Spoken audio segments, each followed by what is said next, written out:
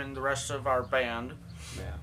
We went in there and we went into that dome, and as we were walking, I heard a distinct, unmistakable laugh. Which he thought was me. 'Cause Yeah. I kind of have A laugh exactly like that one. Kind of like that. But, he's like, he says something like, God damn it, why are you fucking laughing? I'm like, well, I'm not laughing. And then, my buddy, my guitarist, turns to me, he's like, dude, he's not laughing. Yeah. And that's when we're like, ah, shit. So that's where that dome gets the name from us, the Laugher Dome.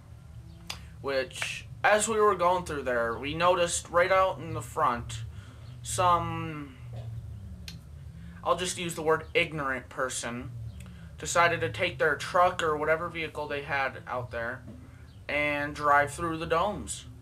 Yeah, we saw a lot of fucking tire tracks, and it's like, really? In an old building like that? That's smart? No. I hate to say it, but I almost wish that parts of the roof collapsed onto their truck. Like, not onto the cab, just onto the bed, crushing their truck. Not killing them, just making their truck unmovable. Then the ghost would come out and kill him. So. Oh, just kidding. Sorry.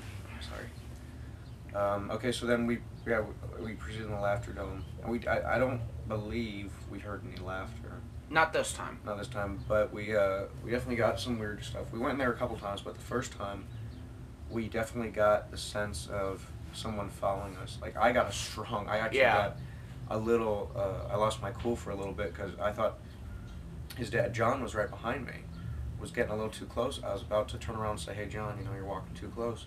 And there was no one fucking there. And that's when I kind of jumped just a bit like, what the hell, because I could have sworn. Yeah.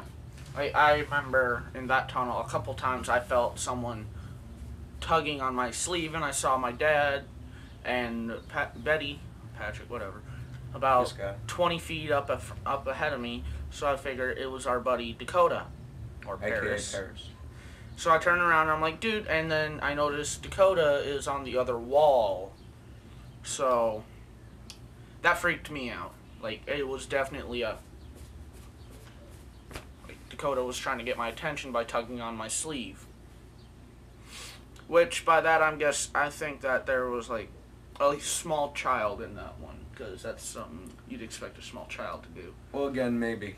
Maybe. You can't really yeah. say much about him. So, we proceeded through that one, and then we went into the very back dome, which I call the Mourner Dome.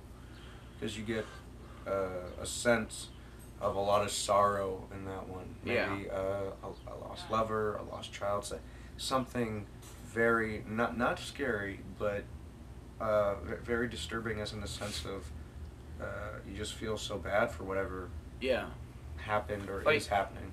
It's there, it's being forced to be there, and it does not want to be there.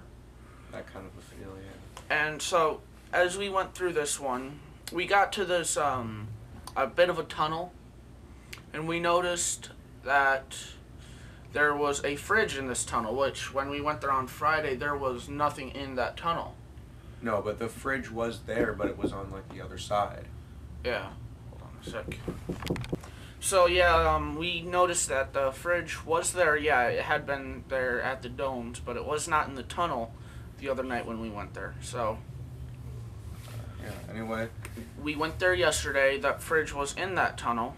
So, and we noticed around it, there was a lot of blood red colored liquid Which, around of course, we almost jumped to the conclusion, holy crap, someone's been killed because it was shiny. It was not coagulated. But then I finally got the idea, smell it. Smell it, because blood is definitely very copper smell. So I get down to it, and smell it, and it actually, I'm sitting there going, I can't get a scent off it. So finally we look at it, the texture, and we try to smear it a bit, not with our hands, of course, with our boots, and it seems to be a wax or and it clay. was coagulated, and blood does not coagulate. Hold up, move over just a actually, bit. that's wrong. Well, no, it doesn't, like, coagulate Blood the way this stuff did. coagulates. Not the way this stuff did. Yeah, that's what you should say. Well, Blood does coagulate, well, and then it doesn't heal. Anyway, then finally, we open the fridge up, and there's all this red stuff over it. And we almost half expect, someone to jump out and go, yeah, or some shit. And But as we were looking, there was go ahead. there was nothing in there except more red. And as we were looking around at the area around the fridge, there were distinct, unmistakable, like, it is impossible to mistake this for anything other than handprints climbing into that tunnel where the fridge is, like red handprints with the wax. And then there were also red handprints coming out of the tunnel. Yeah. Like right over where the, like this freezer over the refrigerator, and it was pulling out of the fridge part. So that was a little creepy. Then so we moved on from that. We got a couple of pictures of that. We moved on from that area. Then we went to the back, and the other night while we were there, we had seen a big 10-foot figure, or like a 10-foot tall figure, about, what would you say, 15 foot wide? It was definitely massive, something around that. Yeah. It was like sort of like huge elephant shadow. sized. Yeah. A tall baby elephant, basically. So it. I don't even call it a baby. It was pretty damn big. So an elephant, and it ran past what we thought to be a hole. So last night we went back there and we're looking at it. We see what we thought was the hole, and we go over to it and we start feeling it, and it's not a hole. It's just reflection of a light. Yeah, I mean, the reason we thought it was maybe a hole in the structure itself is because there was light. You could see something moving past it, but now we're questioning ourselves of what that really might have been. So it was either a shadow or that thing making its presence known. Yeah. So, and then we did a little more exploring in this one, and in one corner there was where we believe the mourner is. Whatever it is in there, it is massive. Yeah. Extremely big. So we go into this one corner and we felt an extreme cold. Oh yeah.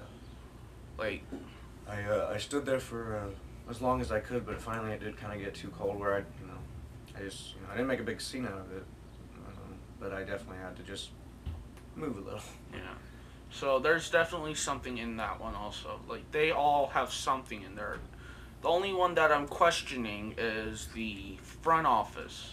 Yeah, the front office seems pretty clear, lack of paranormal activity, but it's you really can't, just from one night you really can't decide if that's, what's going on there or not. It at least has to be a couple times. Yeah. Yeah. And so then in the back dome, the Mourner Dome, well, no, I call it the Mourner Hall. The Mourner Hall, we are in there, and we decided to attempt to talk, to make a communication with the spirit.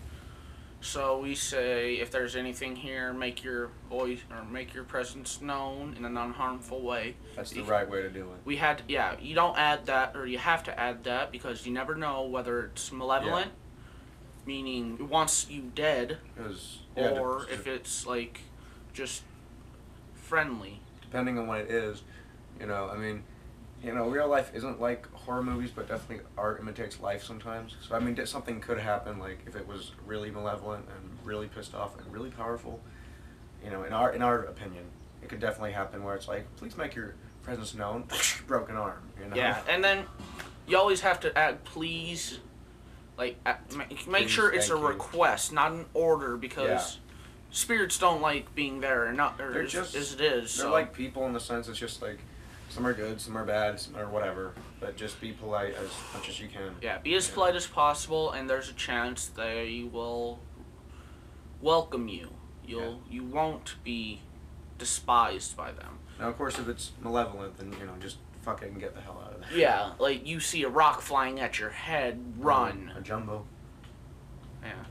Which, okay, so then after. Well, no, when we tried communicating, at the time of this, we thought we didn't hear anything.